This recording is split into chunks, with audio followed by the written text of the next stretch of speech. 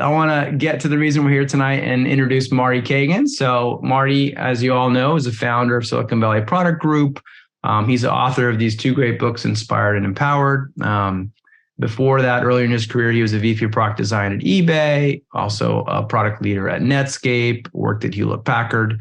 SVPG's website is svpg.com, and you can reach him on Twitter at Kagan. For the next 10, 15 minutes or so, I'd love to follow up with Marty and talk about some of these things. So real quick.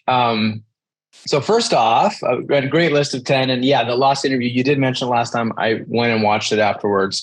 That YouTube link was just for a trailer. YouTube's getting in on the legit money too.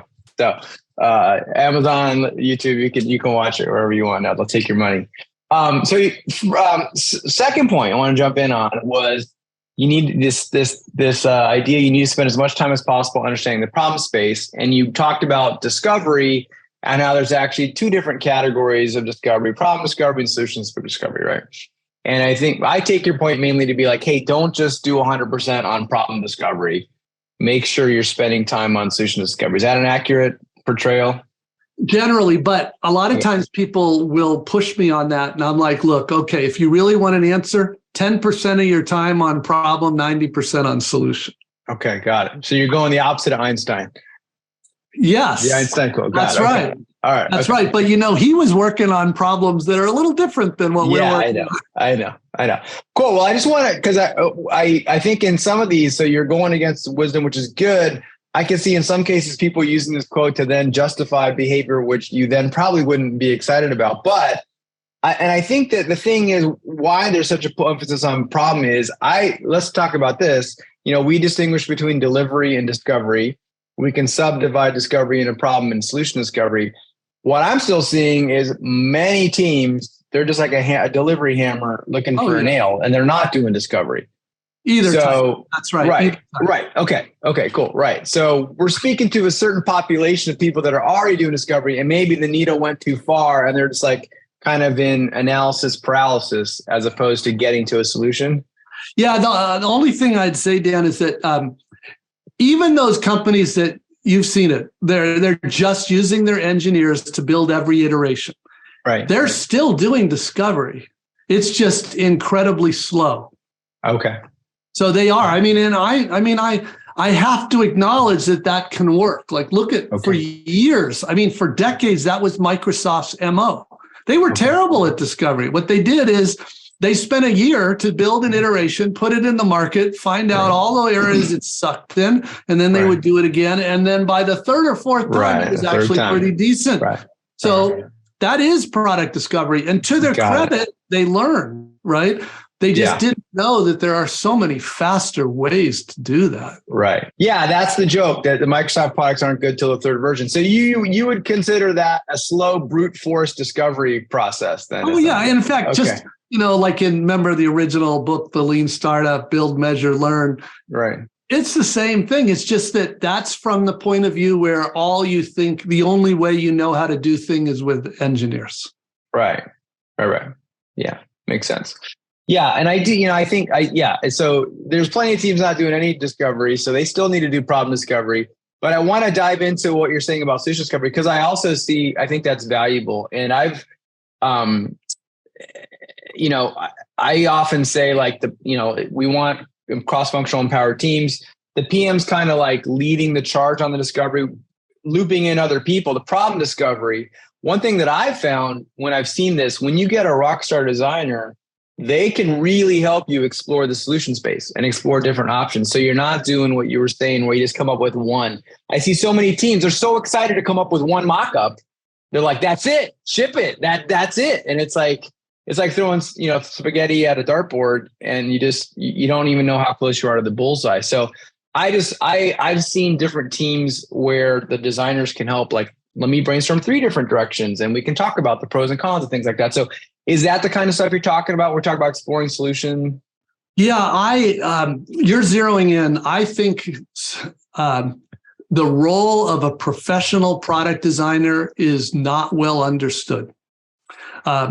Most people, and partly because most people haven't had the opportunity to work with a true product designer that knows how to do this, that this is what they've done. Once you have, you'll never go back. They're fantastic to work with. And just like a lot of product designers have never worked with a real product manager. All they've worked with is a product owner type or a project manager. They've never worked with that partner that really understood the dynamics of the business, that could really help them with the value and the viability side. And then the other part of the equation, as you know, is what an amazing difference when you have a serious tech lead that can truly collaborate with that designer and the product manager. Because what discovery is really about, solution discovery is really about, is we've got a prototype, usually created by the designer, not the engineers, that the product manager and the engineers are playing with, and constantly we're all looking at. That's why I love that Steve Jobs analogy of, the friction that smooths a stone and polishes a stone. Because it really does feel like that. The observations are coming from everywhere. And, the product manager's going, oh man, sales is going to have a real hard time with this. What if we change this? And, everybody's going back and forth until you find something that solves for all three. Yeah, no. And I think it's, you talk about empowered teams. We all talk about the Venn diagram and the trio or the triad. But if you've not, if you've worked with those empowered people and with good, talented people, it's really amazing. And so and the engineer is definitely important too. But I want to, on this solution discovery, I want to go into it more. Like if you have, for the people on the call, if you've never worked with a designer where you can kind of be in a room on a whiteboard with them, and it doesn't have to be real time. Some people are good at doing it real time. Some people, it's like, give me the ideas, you do a mind meld, and then they go off and they come back. It doesn't have to be real time. But basically they hear you, and their job is beyond just creating nice looking pixels, right? This also gets into the difference between interaction design and visual design, deeper topic. But when you get a designer, they can hear what you're saying, and they can come back and say, well, I can think of 3 different approaches how we can do this. We can go with the wizard UI, or we can go with the kind of page-centric UI, or we can go with this. And, which fields are required, by the way, and which fields are optional. And should we do 3 screens of 3 fields, or should we do 5 screens of 2? Like all these kind of UX, you don't even necessarily know about as a PM. It's kind of it's like colorblind, unless you're really trained in UX. They can help ask those questions. And what I've also found, Marty, making me think of a new point, is by discussing the solution space with the engineer and the designer and having them play with it, it helps you improve the problem space. You're like, I didn't think about that. I didn't even think about it. Right. And so it's interesting. The other thing that good designers do, they don't copy other designs, but they go, let me just go and look and see what other people are doing. And they don't copy it, but they look at it and go, and what I've found when you have those kind of designers, you can almost always take what other people have done and find ways to make it even better. Like this one's like 80%, but they're not good at this. And this one's 70%, but they're not good at this. I don't know. So you have any comments on those ideas? Well, I mean, what you're really doing is highlighting some of the great contributions of a true product designer. But I love your analogy. It's kind of like being colorblind, because it's true. A lot of people don't even appreciate all of the things that are going on. When you look, a typical app on your phone's got more than 100 capabilities, right? But when somebody picks up and opens the app and they can just find what they needed without watching videos or anything, that doesn't happen by accident. Right. That happens by a product designer trained in interaction design that has really thought through the best information architecture for this product. They've thought through the best workflows. They've done all this work, most of which the engineers and the product manager don't even, it's sausage making to them. They're yeah, that's what the designer does. They're awesome. Or somebody does it, there's a new release with new capabilities. When it's been well designed by a real product designer, it's super easy for the user to know that's different. They don't need to retrain. When it's just yet another iteration that everybody has to go back and people are bitching that they have to go learn this over, where was the designer? So there's a lot it's amazing how valuable a true product designer is. And there's a lot of things that are messy in our industry, but when you get a real product designer and a real product manager and a real engineer together, and just to be clear, I'm not talking rock stars, I mean competent. Right. It is magical. Right. Yeah. No, it makes sense. And that's the thing too, I would say is, PM's grown tremendously in the last 5-10 years. Design has grown tremendously. There are still teams that don't have designers or design resources. So as much as we talk about, this best practice and how good it is, you basically got the PM kind of throwing the football to the engineer, and there's no one exploring the solution space at all. And so, and so you see that happening. And then the other thing is, just to be really clear, when you can get a pro designer that can create prototypes for you, I view that as like this clay that you can mold and quickly learn and do stuff with before you bake in the oven, like the hard built product. And so again, I know plenty of companies like Dan, Marty, we get it. We subscribe to what you're saying. And then you get down to the team, we just don't have anybody who can create a prototype. And you're dead in the water because nobody can create a prototype. You don't have the resource, Yeah. Well, there is a certain critical mass to a real product team. And if you don't have it, I definitely see what you're saying all the time, where they just don't have a designer and I have to explain to them what to look for in a real designer. But I would say, I realize this is probably not the perfect forum to say this, but more common is they have a product owner, not a product manager. Sure. Yeah. No, definitely. Yeah. And I would say the interesting thing is, as again, design has grown and prototyping has grown, I would rather have the person on the team, Marty, but I've done client engagements where they didn't have a rockstar designer and I brought in a contract designer.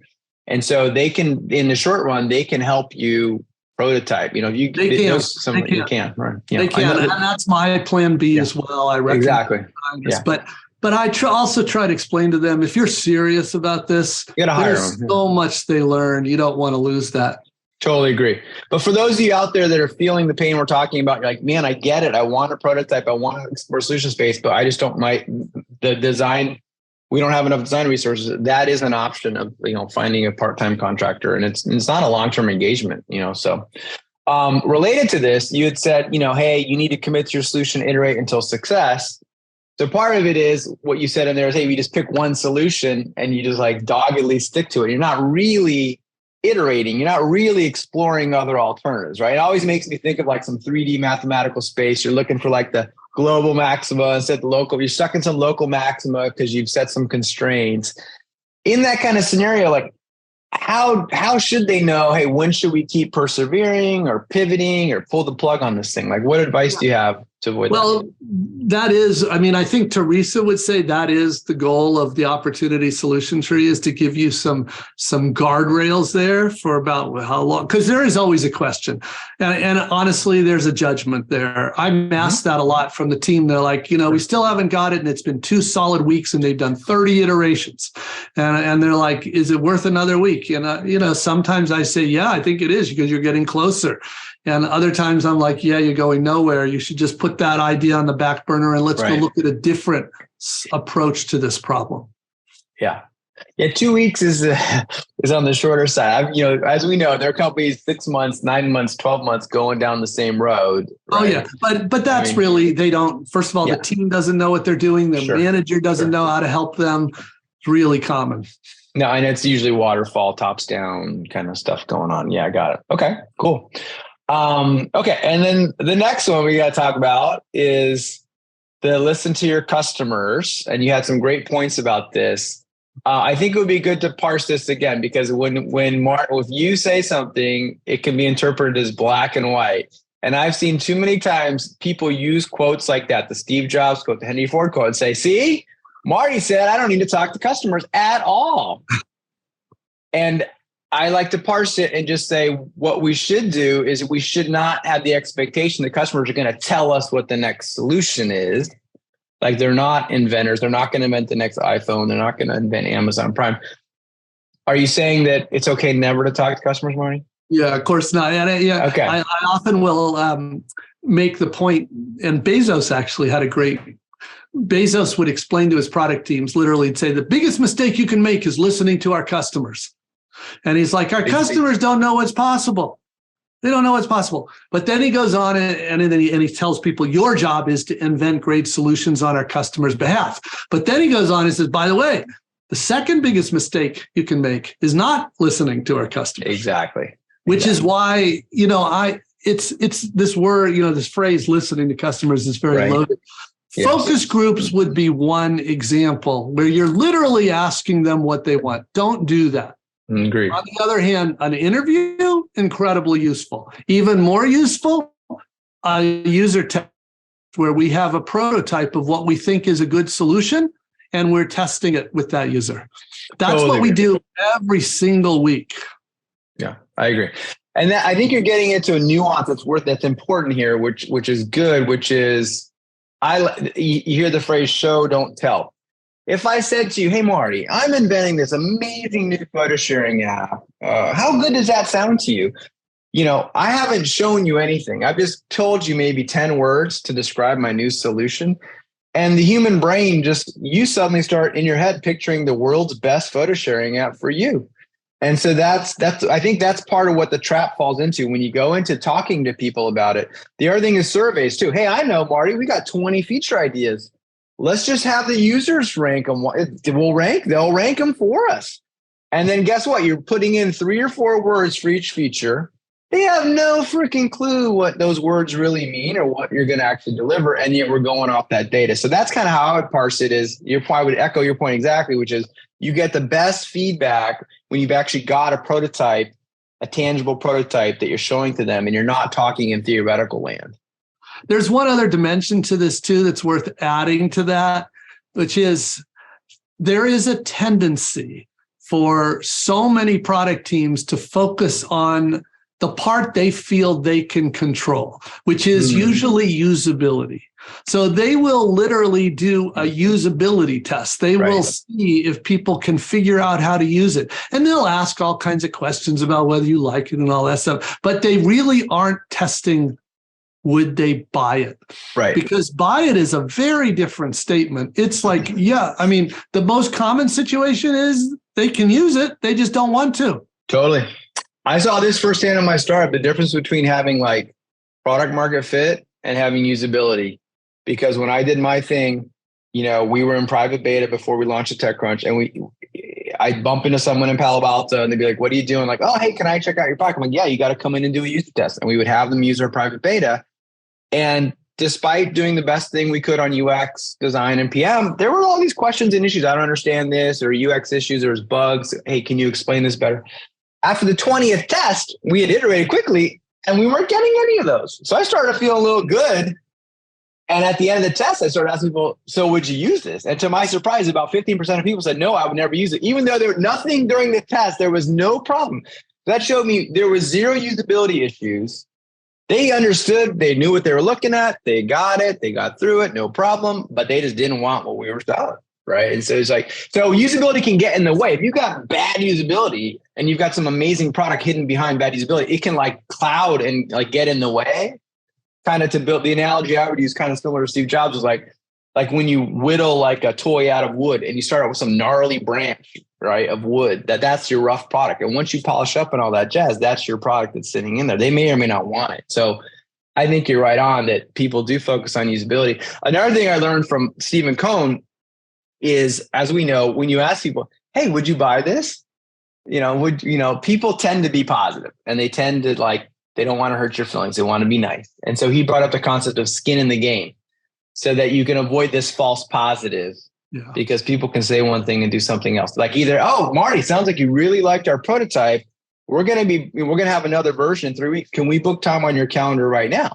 And you'd be surprised, to see someone all of a sudden go, oh, I'm busy, check with my admin or whatever, right? So their time, or wow, sounds like you really liked it. We're taking a $1,000 deposit for private beta. Would you be willing to, or the money? Or it's like, hey, it sounds like you really liked it. Are there 3 other product leaders that you could recommend that we would talk to, like social capital? Anyway, so that's I agree with you.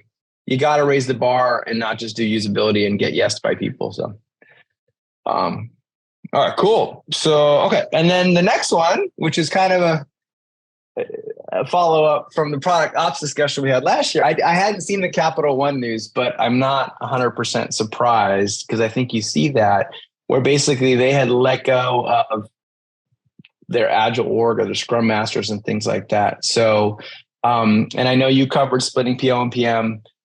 Might be worth going into a little bit more of why that happens, why it's bad, why we shouldn't do it. I don't know. Well, yeah, I mean, there's a lot in there for sure. I did see in chat a bunch of sort of questions around PM and PO. Yep. And a lot of people know my thoughts on this. What I've tried to do more of lately is not talk about the process issues and instead talk about the first principles. Because I think if you understand that, you realize why separating the product manager and the product owner is so bad. Yeah.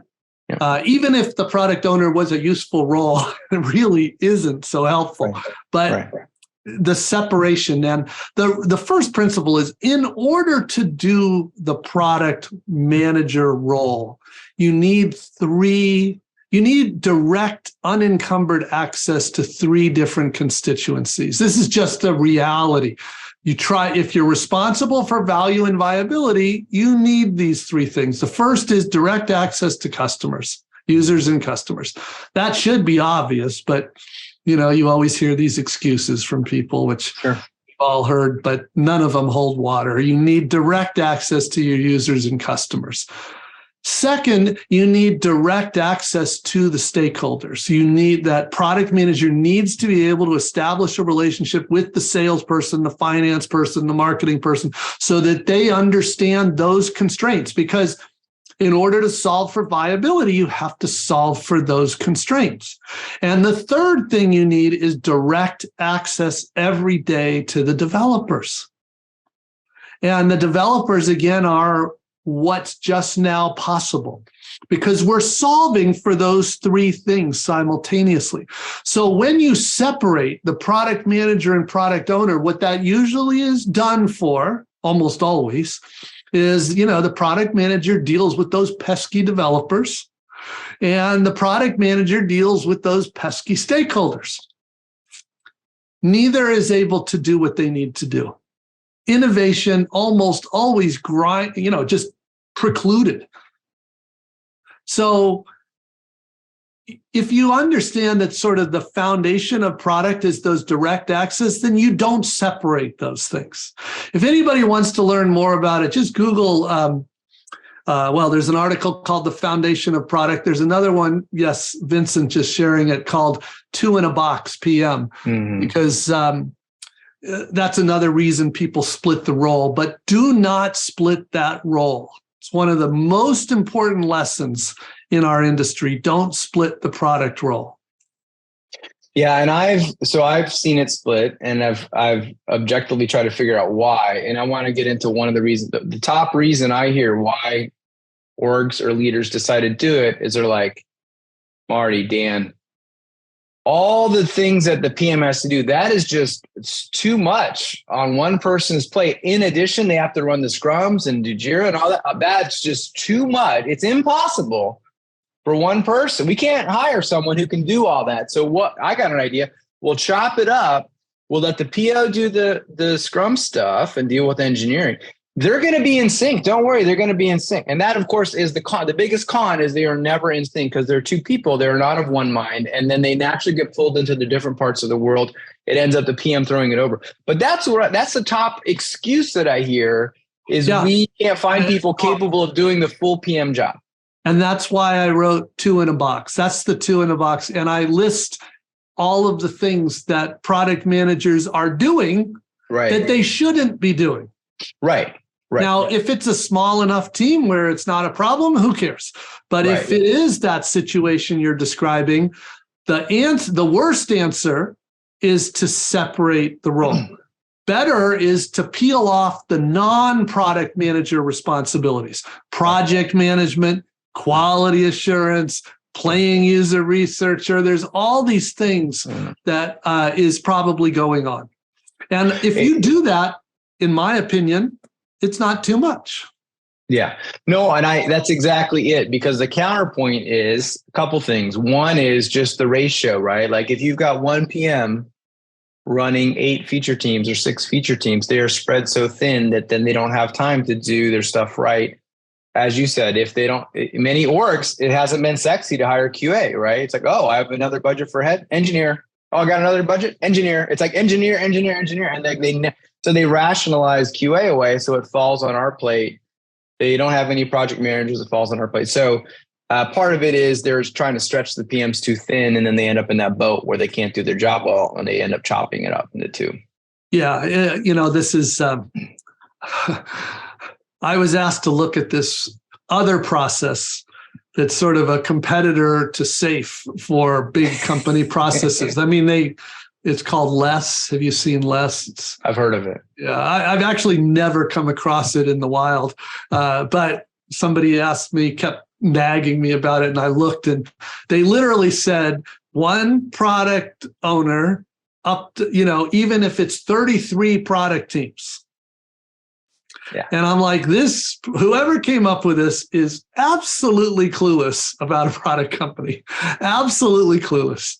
They have no idea what they're doing because, of course, that's ludicrous. Ludicrous. Right. And of course, in general, it's one product manager, one product backlog, one product team, not many product teams. So there are so many of these nonsensical processes out there. Yeah. So.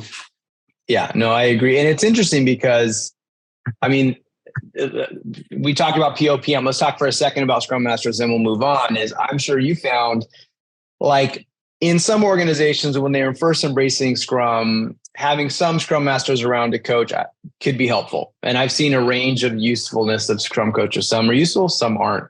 But to kind of have a mandate that we need to have a Scrum Master on every team, which if you literally look at Scrum, those end up just being overhead heads that don't tend to add a lot of value, which is why I've seen you don't in practice see many Scrum Masters. I mean, I don't know what percentage of teams you even see a Scrum Master on these days. It's very low. So I'm just curious if you have any thoughts or comments on the Scrum Master role. Well, a lot of these big companies that buy into the big process, they've got hundreds of Scrum Masters. So, and they usually roll it up into a delivery manager. So they're doing a few things, but still, there's a lot of these people. What's interesting, though, is that too often those Scrum Masters, those Agile coaches, they actually don't have the deep engineering knowledge that they need in order to really coach the engineers. For example, moving to continuous deployment is not easy. It's not easy. There are some very serious challenges around test automation, around release management, and having somebody tell you about a bunch of rituals is useless. You need somebody who's been there, done that can help you through that if you've never done it before. Or if you're a product manager and designer and you've been asked to really get serious about product discovery, you think an Agile coach can help you? Good luck. They have no idea what we're even talking about. Yeah. So the truth is, the right people, and I think this is true in the best companies, the right people to do that coaching are your manager. So a design manager is coaching the designer on how to be good at what you were describing, like the prototyping and discovery. The engineering manager is the right person to be coaching the engineers on how to get their software to the point where it's releasable in a few minutes. Yeah, that's hard. And that's not what those coaches have been doing. Yeah.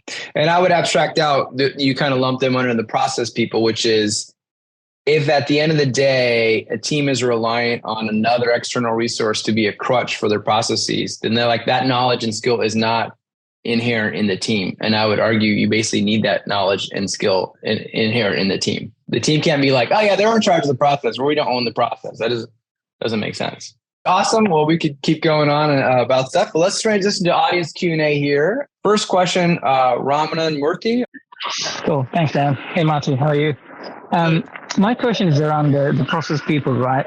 When you talked about as a company grows, the process becomes obsessed. And I also see a lot of upper management getting obsessed with process. And how can we educate them or get out of that in terms of the damage that process is doing to the innovation and empowerment within the team? Yeah, I mean, fundamentally, this is a difficult one because sitting down with executives, I do this all the time, and I talk to them about what's happening and what's the problem with this. And I like to share a lot of quotes, for example. I actually have not been sharing many Elon Musk quotes lately because of his other issues, but one of his famous ones is as the danger of processes, it becomes a substitute for thinking. And I'll often share, for example, Reed Hastings' book called No Rules Rules, the Netflix culture. That is, these are examples that are explaining to CEOs why this is not a good way to scale or develop your organization. And I'll share with them information from leaders of Google, leaders at Microsoft, leaders at Apple, showing how they believe you need to grow and develop your organization and how it's not these processes. So most of the time, they don't know that there's an alternative, and they don't really know the price they're paying for that approach. Yeah, thanks. And someone mentioned on the comments that sometimes they say they're holding on to the authority as well. This worked in your company, so just keeping the process going on as well. Well, yeah, there's this whole, culturally, some companies do like command and control. They want it to all be top-down command and control. That's sort of orthogonal process, but they kind of go together very often. Thank you. Sure. All right. Thanks for your question. So next up, we have Christian. So my question is along the lines of leading without the crown and applying a lot of the teachings into the company, changing a little bit the culture. I found in practice, coding a lot of things you're saying in your books gives people almost a heart attack. So what is your approach for someone like me leading without a crown, conveying these messages to my company? Well, the heart attack, it is true that for a lot of companies, the things that we're talking about, the difference between the best and the rest can be huge. Now, I personally try to my philosophy is to be very honest with those companies. And I know that that's not what a lot of consultants do, management consultants, is they go in and they tell those people what they want to hear. You can do it, just spend $3 million with McKinsey and we'll get you all set. That's what they tell them. And they take those $3 million and it doesn't help them at all. So the first thing I like to do, in fact, I will tell you, we don't work with companies unless we're talking to the senior people about, do you know what you're getting into? And are you willing to do this? So it is change, big change. It's another talk of mine, but if you Google the article Transformation Defined, you'll see what we really mean by transformation. So many companies, they're fed the line of bullshit, which is just move to you've formed. What nonsense is that? Even if they move to real, it still doesn't address these bigger topics. So my belief is you need to be honest with these people. So if that sounds like it's hard, it is hard. Trust your instinct on that. Now you have to decide if that's something you believe you want to do and need to do. And if the answer is yes, what I've found that helps address that heart attack is I talk about companies that are big, old companies that pulled it off and how they did that. In fact, I mentioned I'm working on another book, and that book is going to tell the first-person narrative account from the heads of product from 3 of the biggest transformations that have succeeded. So it gives people a lot of confidence when they see what happened and that it can work. Because right now, most people just see a bunch of transformation failures. I do try to provide that evidence, right? It doesn't work like in court. Corporations work a bit differently. They have different rules. But that's what I'm trying to do in practice, actually. So thank you for that. Sure. Thanks for your question. All right, next up is Daniel Rothman. Daniel. Hi, Murray. How are you doing? So you mentioned about the capital and agile layoffs, and I think you and Dan were just talking about that. Do you think this is a trend that we'll continue to see in other companies in the future? Should folks currently working as Scrum Masters, Agile coaches, should they consider changing roles or careers if they're trying to work in a product-like organization? What are your thoughts around that? Well, I don't know enough about the Cap One situation. I'd like to learn about what's really going on there, because it could be some very different things going on. It could be yet another company that's just realized SAFe was a bunch of bullshit and they realized that wasn't useful.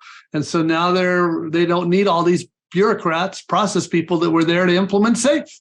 So it could be as simple as that, or it could be something else. I don't know. So I do think, And by the way, if anybody's really interested in this topic, I recorded a talk for the people at CRISP, the Agile, they're one of the big Agile thought leaders. And you can find it, they made it public recently. It's called Leading with Complexity, or Leading Complexity.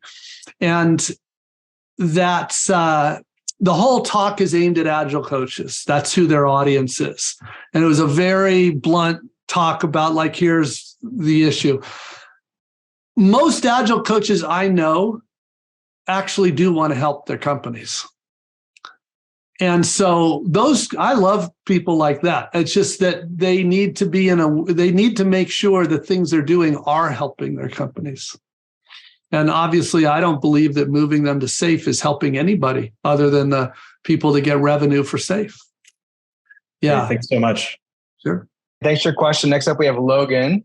Just ask the question. It is, how do we move from top-down delivery teams to empowered engineering teams that is more outcome-driven versus output-driven in a large organization?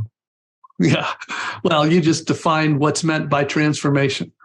That's and I will tell you right up front, in case you didn't already know this, there is no 30-second answer to that. That is for sure. I was saying that I just started writing a book called Transform that's looking to be probably 400 pages on trying to answer that question exactly. And I'll tell you, it's easy if it's a startup. Usually in a startup, if I can have a few days with that startup, they're doing great the next week. It's a non-issue. But when you get a bigger company that's worked this way for sometimes decades, then it's way harder. And that's what you're really talking about.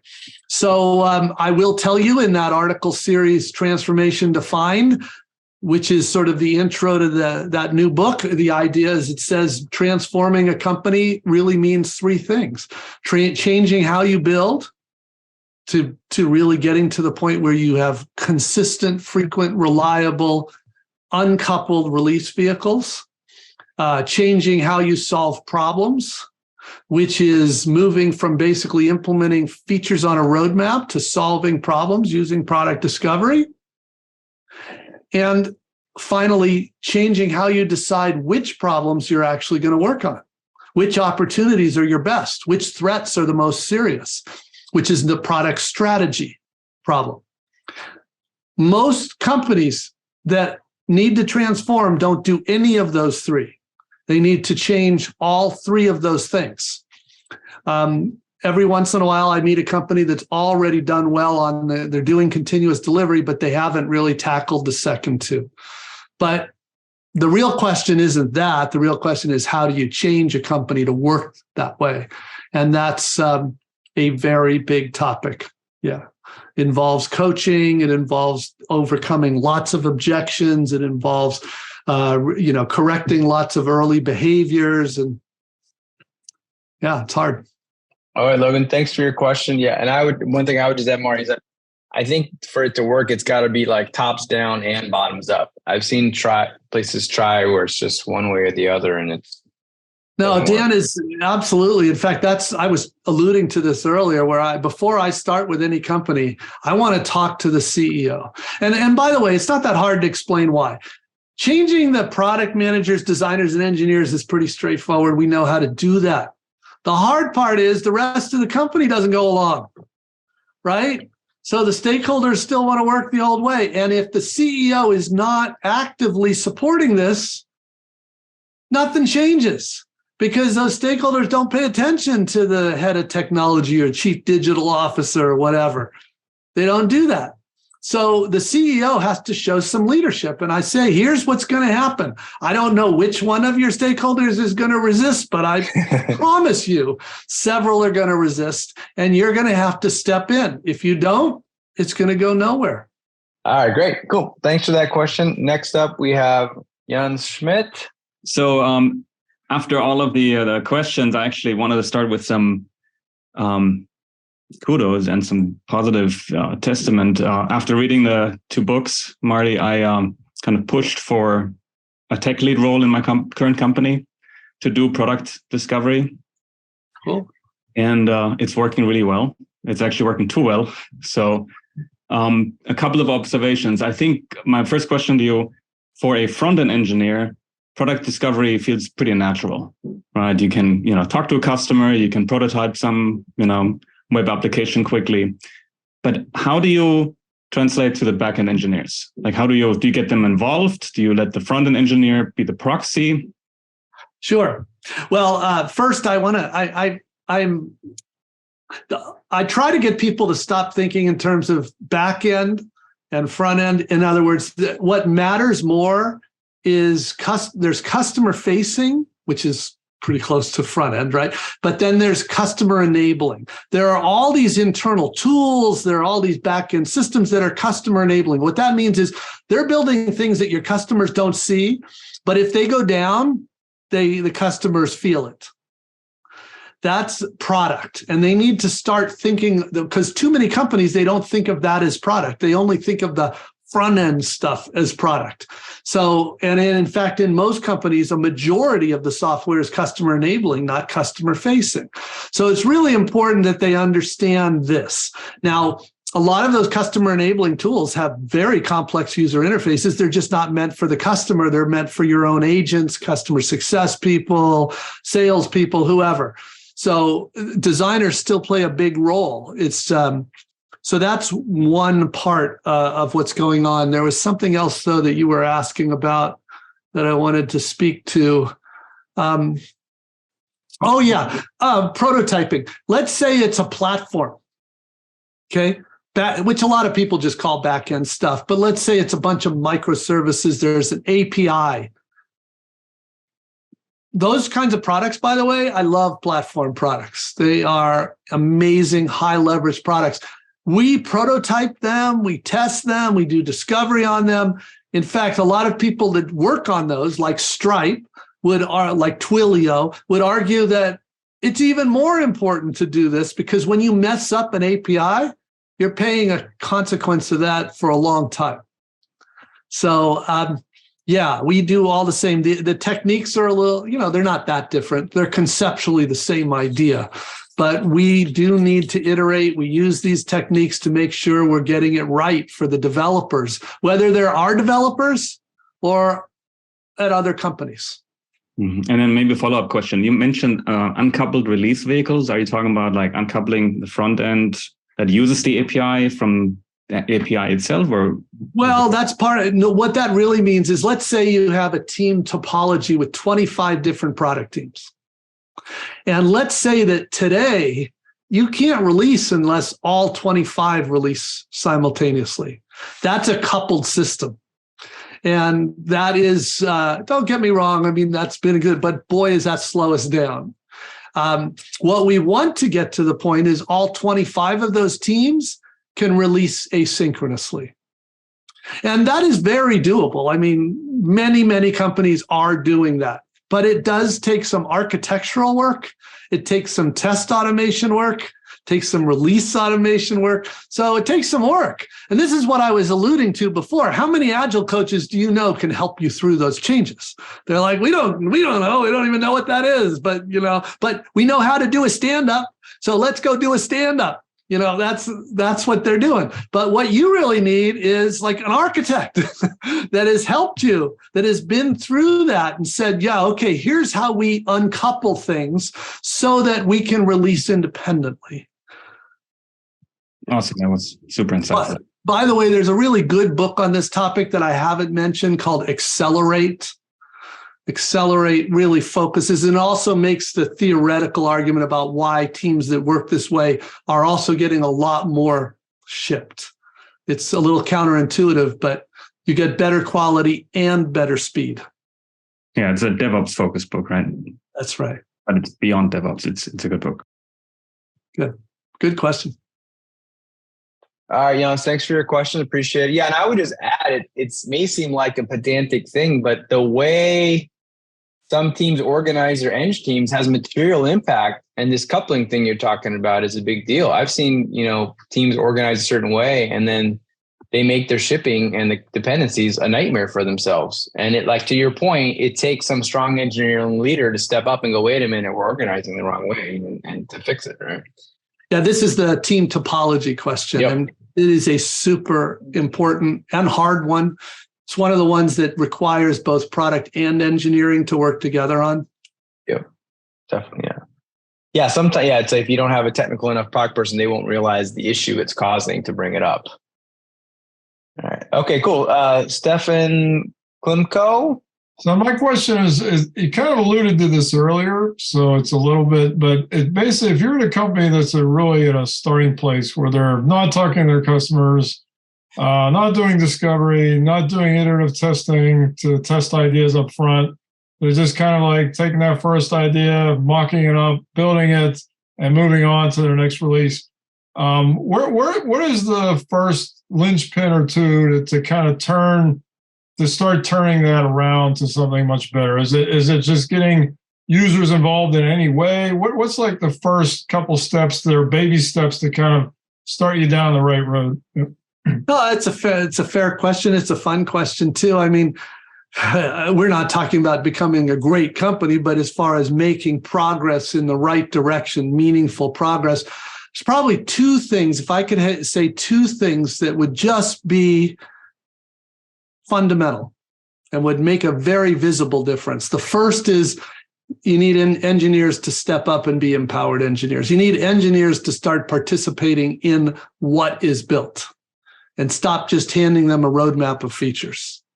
So that's number one. And number two is putting those ideas that they're building in front of real users.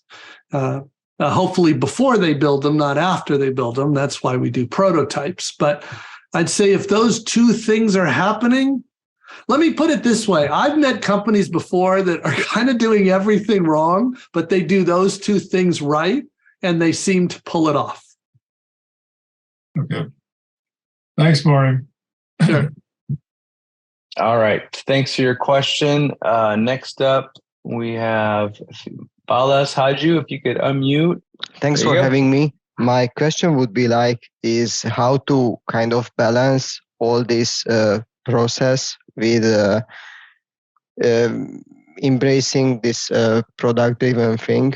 I really am stuck in kind of a middle of a large product, and I have to take dependencies from 6-7 teams constantly while trying to build the core of the product. And without some sort of a process or traceability, it's really difficult. And I constantly feel like it's a struggle between succumbing to chaos versus being truly free and making progress quickly.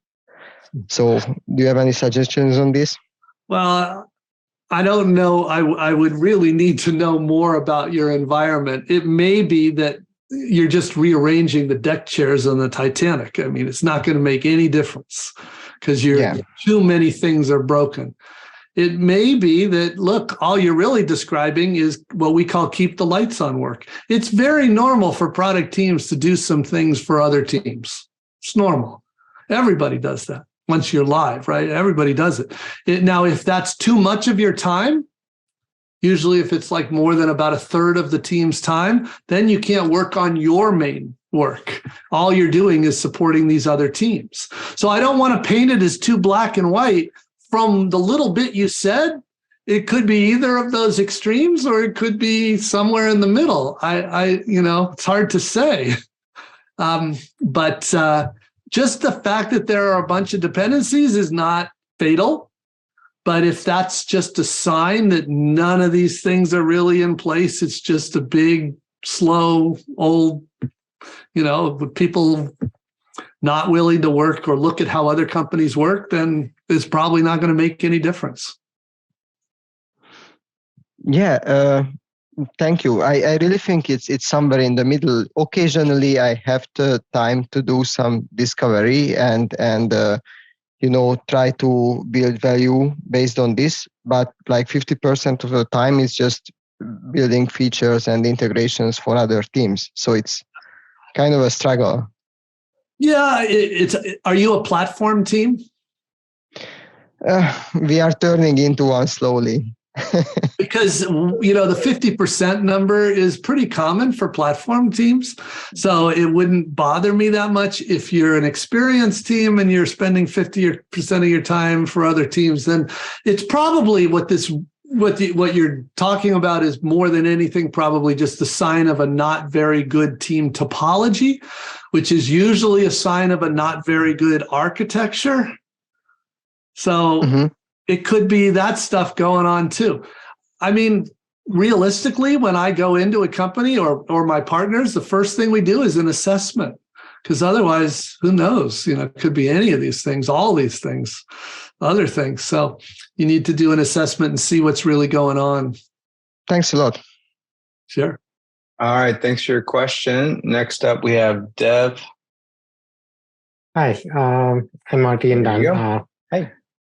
Thanks for hosting this. My question was around solution and committing to it. I was curious if, once you have done the solution discovery and kind of identified that this is the product that you're going to build, how long do you stick with it? And do you keep alternatives in mind or in your back pocket to kind of say, okay, this is the point to pivot. This is our second plan to kind of iterate? Or when you kind of see that pivoting is imminent, you start running a solution discovery exercise again to kind of see, okay, what we have learned from this, and then what options do we have now?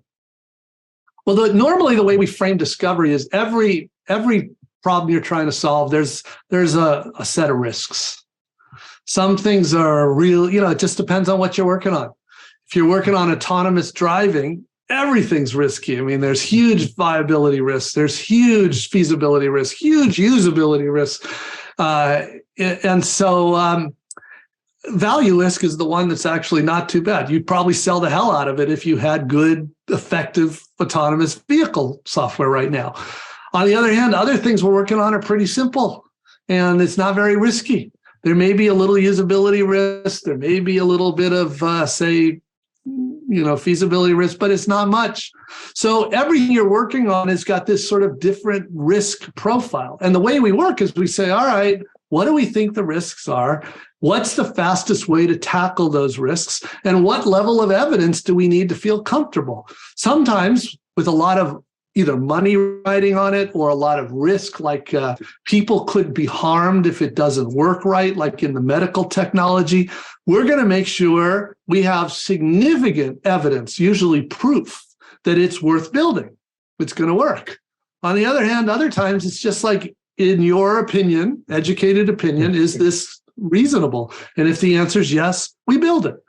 So there's no one answer there. It really depends. And that's judgment in discovery. You learn that over time, or a discovery coach helps you with that. And once we feel like we have reasonable confidence, then we put it on the backlog and build it. Now, obviously, once we've built it, we have another big advantage, which is live traffic. We're going to get a lot more data than we had in discovery. And if that live traffic tells us something that surprises us, we pay attention to that. That's why most companies actually, when they roll out new capabilities, they don't just do discovery, but they do an A/B test to roll it out, because that makes sure that, works as advertised. The theory was this was going to do this. Now it really does this. And the reason we do that is because once in a while we're surprised. And they would go, thank goodness we did an A/B test so that we didn't hurt ourselves across our whole customer base. So, and even, things change. So maybe something works great for a year and then the analytics start going in the wrong direction, and you look into it and you say, what's going on? And you realize something changed. So this is normal. One of the things when we talk about moving or transforming, and by the way, your question leads to this, is you try to get companies to stop thinking in terms of projects and start thinking in terms of these ongoing living products. So too many companies think of it as a project. They think, yeah, we'll work on it for 6 months and then we're done. That's not really how it works. You might work on it for 2 or 3 months to decide if you're going to build it, but then if you build it, you're going to be dealing with that for many years, and you're constantly making it better and better and better. Thanks. It's a great answer. All right. Thanks for your question, Dev. Next up, we got Divya. Thank you, Dan. Hi, Marty. I'm in a startup. We are in New Zealand, so we're super small. There's less than 25 of us. I was the first product manager who joined about a year ago, and I report directly into one of the founders. Lately, we've started talking about splitting product management into core and growth to start, because we are hoping for exponential growth. Sorry, you're going to split it into what? Core and growth product management. Oh, sure. Okay. Which in principle makes perfect sense. Uh-huh. However, for a startup our size, I'm literally torn between whether that is a good idea or not. And I'm just wondering to get your thoughts on at what point does it make the most sense to look at splitting product management into these, what I feel like are verticals. So rather than everyone having a little bit of everything, we're going, you're going to do core and you're going to do growth and you're going to do platform. At what stage does it make sense? Well, just to be clear, you're not actually talking about splitting product management. You're talking about splitting up the organization into multiple product teams. Correct, That's what it sounds like. And so let me just quickly ask you, how many engineers do you have? 7. 7? If it was up to me, I would leave it as one team. That's too small to split up. When you split into multiple teams, and by the way, whether it's core and growth or client and server or buyer and seller is secondary. Splitting it into multiple teams will create more overhead for you at 7 engineers than benefits. To be honest, most startups wouldn't even have hired you yet. The founder would have been doing that. Yeah. Now, your founder may have realized his or her limitations and hired you to fill that gap. So that's fine. But I would not encourage you to split yet. Wait until you've at least doubled that number of engineers. Right. Thank you. Sure. Okay. Yeah. 7 sounds a little low to me too. All right. Cool. Next up, we got Caleb. Hi, Marty. Thanks so much for doing this. So you've talked a lot about kind of these pitfalls of processes, especially as they take over like corporate structures, the way that we over institutionalize them. But I'm curious because a large part of your book, Inspired, also deals with different discovery processes, techniques. So I'm wondering, do these kind of techniques, given they're maybe a smaller scale or for different purposes, are they vulnerable to those same kind of over institutionalizations or being separated from the principles that they're designed to serve, in a way, kind of separating them from their value as you try to process them at scale? Yeah, the word process is so vague, right? It's like if you make dinner, you're following a process. So, what does it really mean? In general, I prefer to talk in terms of techniques, because most people say techniques. Yeah, you use the right technique for the right job, right? And it's not like there is a process that makes you use. In fact, I'm just one of the companies I know has been doing really good, but somebody in their organization decided to make this ginormous diagram of what they called their discovery process. And don't get me wrong, everything on there made sense. But I said, here's the problem. When you draw it like this, people think they're supposed to do all this. And they're not. So it's a bag of techniques that you use when you believe it's necessary. The specific ones is very different than a prescriptive process. And there are, when I talk about process people, I'm not saying, anybody's inherently good or bad. I'm just saying that these people like to solve problems with a regimented process. And that stops thinking, that reduces flexibility. That's the part that's a problem. So, we follow detailed processes for good. Even doing continuous deployment as a process is just, it's narrow. It's more of a technique and it gives... Hopefully people use it when it makes sense. That's kind of the idea. So I wouldn't overtrain on the term. Just be very careful, because fundamentally, I mean, I had an executive at a company I was doing a briefing with said, I don't understand how we cannot not teach our new people all our processes. How will they know what to do? And I'm like, well, let me tell you what Google does. Let me tell you what Amazon, they teach them with coaching. They coach them on how to handle all these different situations. They're both teaching their new people what to do, but one is teaching your people to think, and the other one is teaching them how to follow steps. Cool. That's super helpful. Thank you. Sure. All right, Caleb, thanks for your question. All right, next up we have Alex, whose camera is not working, but go for it, Alex. Hello, everybody. Good evening. So first of all, I would like to thank you very much, Marty, for your talk. It was very eye-opening and enlightening. And what I would like to ask, actually, it's something quite simple. I have been working with a small team, and something that you covered during the talk was the fact that we could involve everybody in the process of discovery and thinking process, I would say.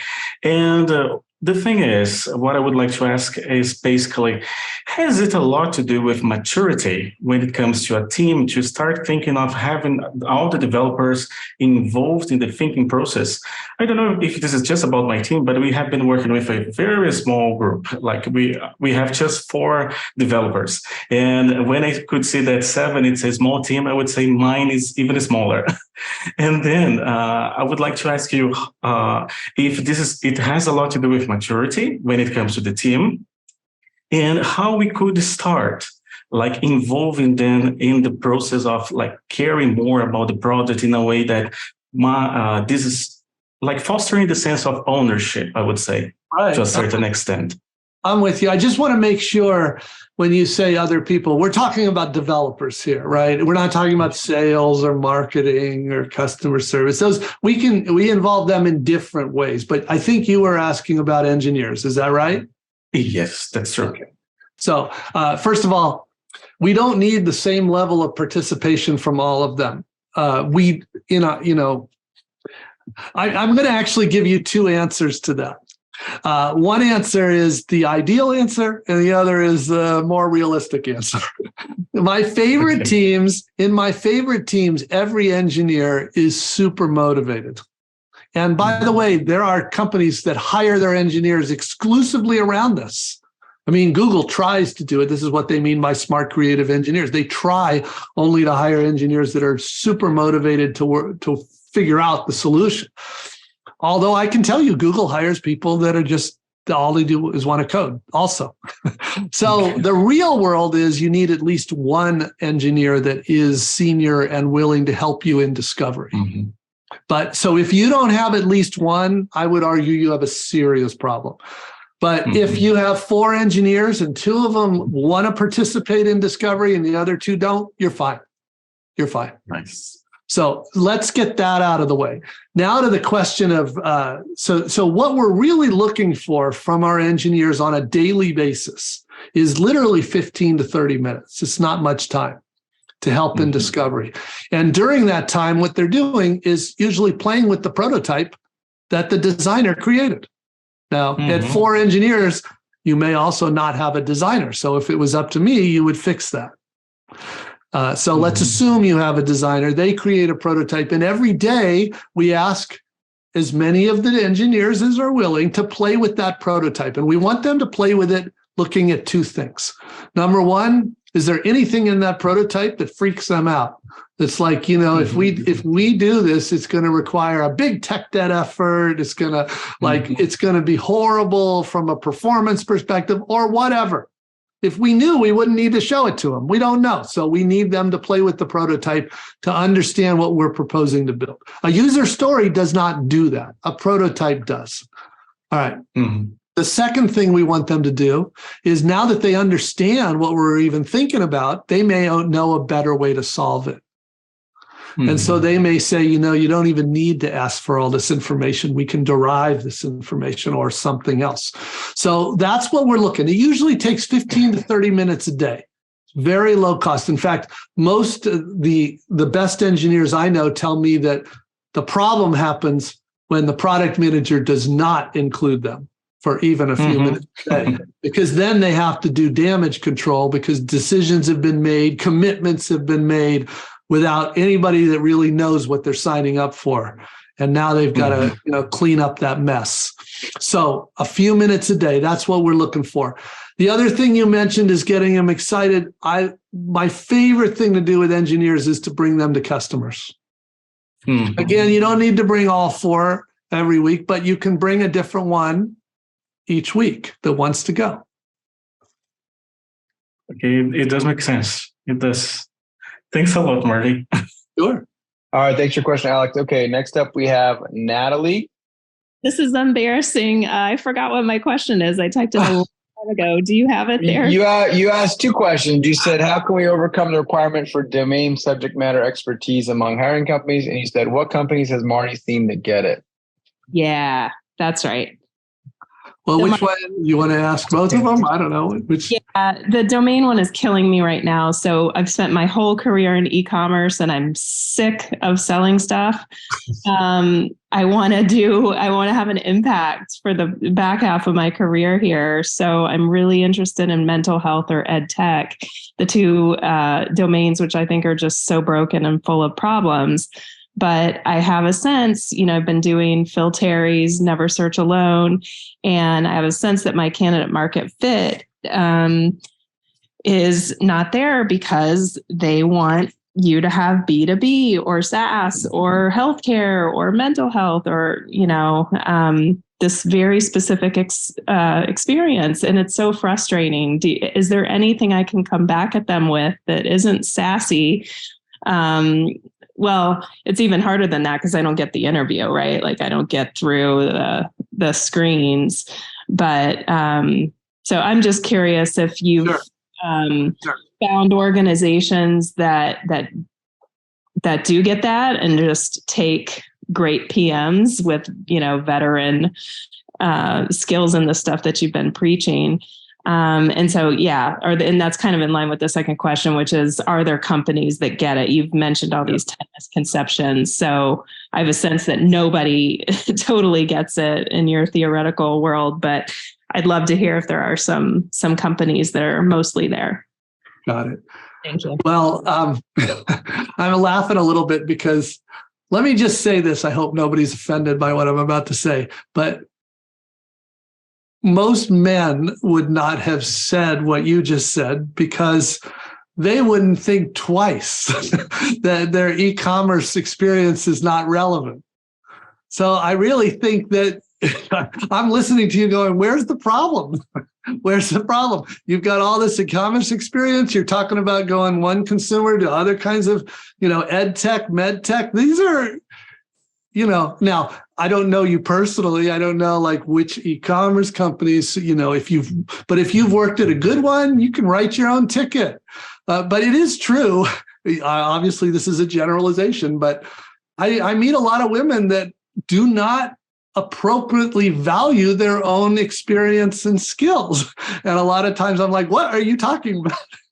You are like way more qualified than these other people. So I think you're being too tough on yourself is the short answer. And if you want to talk later, like, if I looked at your LinkedIn profile, I would have stronger opinions and be more specific. But in general, you're describing very normal, better than average background for typical product managers at EdTech, for example. So, yeah, they don't expect university professors to come in and be a product manager for it. And I'm not even sure those would be good people at this. So you're in good shape. The second part of your question, everything I talk about are things that I see in other companies.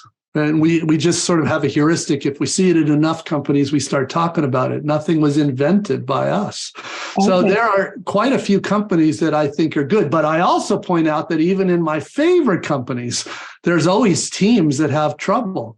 Like I mentioned, Amazon is one of my favorite companies. But I heard about a month ago from a team at Amazon, And I'm like, and they were describing a feature team. And I'm like, what part of Amazon are you in? I want to, because this is what you're describing is so different than the teams I've been talking to. And she was working actually in a team that had been, it used to be part of IT and it's now being sort of productized, and they hadn't really made that cultural change.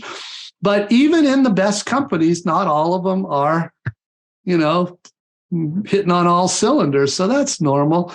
But I've also wrote an article called Where to Work.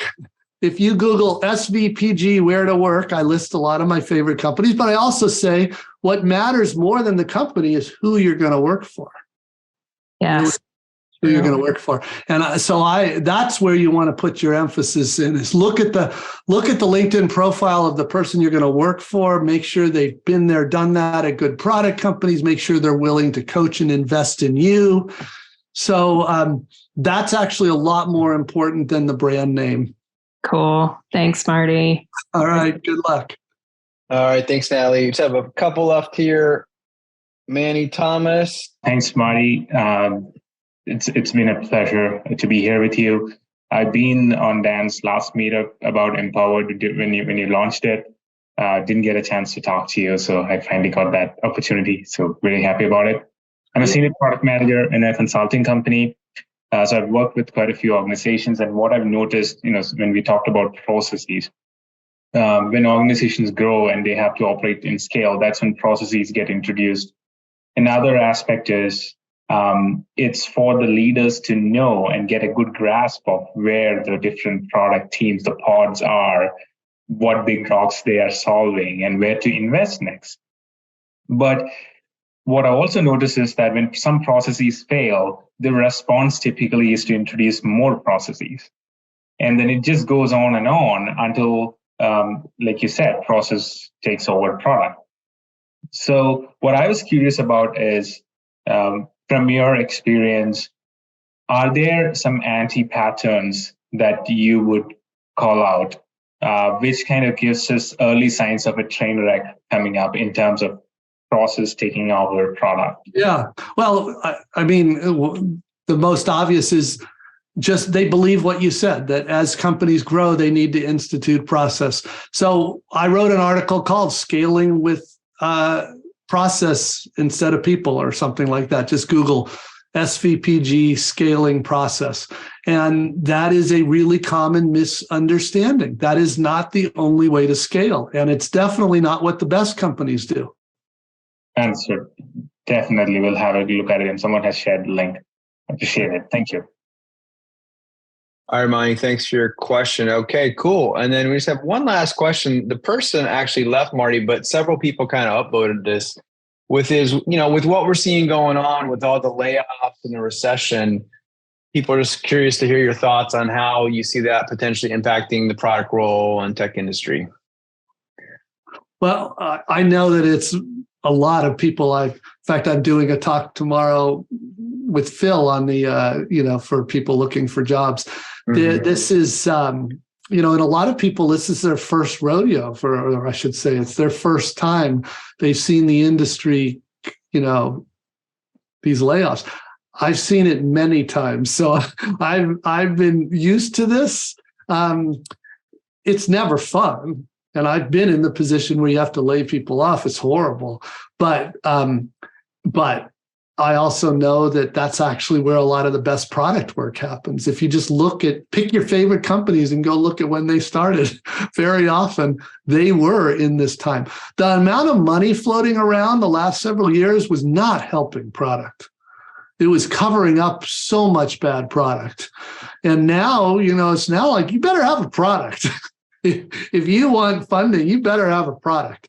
And so I feel like there's, and also it is obviously some very big names are laying off lots of people, but overall there's a lot of hiring going on. So, you're seeing a lot of shifting between. And then, by the way, there's some very good people that have been freed up. I'm still trying to figure out what Google's algorithm was, because some of those people are like, are you crazy? Are you crazy? I mean, literally, what were you thinking? And I think they didn't, because one of the things we've learned is they made these decisions without actually talking to the first level managers, which to me is totally brain dead. But I heard they just typed in chat GPT, who should we lay off? Right? Yeah. It's going to be rough. I'm sure everybody on this call knows people at this point that have been laid off. It's just so common, but it's a good time to do product. And I think the economy is less of an issue. I do think machine learning has got more impact. Now, that's been an enabling technology for years, but unless you've been living under a rock, it is really supercharged right now. Now, the good news is that's taken off and crypto is sort of imploding, which is the right answer, because I was not happy with the whole crypto, technology was not doing what we needed it to do as an industry. So I think that's sort of self-correcting. But, and I also think, by the way, with so-called AI-based products, the PM role is more important than ever. You can argue it's got big impact on the engineers, but designers and product managers have more than, at least as much as before, to deal with. No, I agree. I've seen in the early days, they would invest in a bunch of engineers in AI and they go off into a room by themselves and come out with some model. And you're like, yeah, but what problem are we going to solve with this? Like, how's this going to help people? Right. So it's the combination of those two that it takes. But I saw a really cool graph today, actually, from Yahoo Finance that showed how, for all these top tech companies that are doing layoffs in the last several months, how many people did they hire during the pandemic? And the fraction is actually quite small if you look at it. So it's, in a sense, not all the companies, but it feels like some of them just kept hiring at a gangbuster rate when maybe it wasn't warranted. And so they're kind of right sizing. A lot of these companies, they pride themselves on never letting people go. But sometimes I think really what's going on is the boards have said, look, right now, with everybody doing this, you have a free pass to do this. It's going to be much more painful any other time. So if there's people that you think you should reduce, do it. Right. That just doesn't explain how Google chose the ones they chose. I haven't figured that out. But for most companies, I think that's what's going on. They like, Cap One maybe said, I don't think we need so many of these people. Let's use this as an excuse to do it. Right. Yeah. And what I've found is, even in those roller coasters up and down with tech, is good people are always going to be able to find roles. Right. So if you're talented, you should still be able to find a home, I think. So cool. All right. Well, I think that's the end of Q&A. Thank you, Marty, for taking so much time with us today, both on your talk and the chat and Q&A. Really appreciate it. Thank you so much. Well, thanks for inviting me again. And thanks for everybody that stuck around.